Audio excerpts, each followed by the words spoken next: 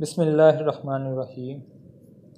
प्यारे दोस्तों, आज हम कूलिंग सिस्टम के बारे में पढ़ते हैं। गर्मियों के मौसम में किसी बिल्डिंग, दफ्तर या हॉस्पिटल वगैरह की एयर कंडीशनिंग करने के लिए बिल्डिंग के डिज़ाइनिंग और हीट लोड को मद्देनज़र रखते हुए यूनिट का इंतखाब किया जाता है। कूलिंग सिस्टम के लिए इस्तेमाल होने वाले यूनिट बुनियादी तौर पर दो इकसाम के होते हैं। नंबर 1 प्राइमरी सिस्टम यूनिट और number 2 secondary system unit. Number 1 primary system unit के बारे में पढ़ते हैं। इस किस्म के यूनिटों को डायरेक्ट एक्सपेंशन सिस्टम वाले यूनिट भी कहा जाता है।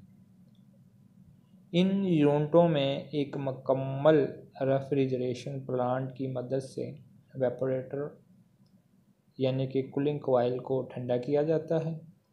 फिर इस वेपोरेटर की मदद से कमरों की हवा को ठंडा कर लिया जाता है।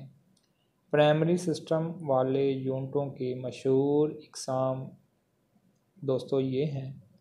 Number 1 window type unit, number 2 split type unit, number 3 package type unit, number 4 Rauf type unit और नंबर 5 कंसोल टाइप यूनिट।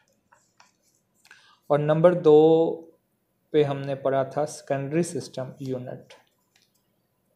दोस्तों, सेकेंडरी सिस्टम यूनिट को इनडायरेक्ट एक्सपेंशन सिस्टम वाले यूनिट भी कहा जाता है। इनमें एक मुकम्मल रेफ्रिजरेशन प्लांट की मदद से पहले पानी को ठंडा किया जाता है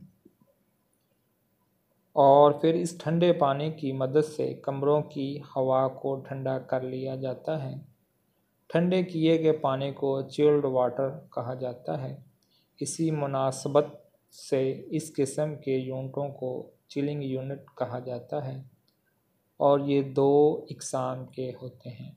नंबर 1 एयर हैंडलिंग यूनिट और नंबर 2 एयर वाशिंग यूनिट यानी कि AHU एयर हैंडलिंग यूनिट। और आगे हमने पढ़ा है AWU यानी कि एयर वाशिंग यूनिट। जी, मेरे दोस्तों को कूलिंग सिस्टम के बारे में काफ़ी इल्म हो गया होगा। अगले लेक्चर में इंशाल्लाह इनकी तफसील बयान की जाएगी।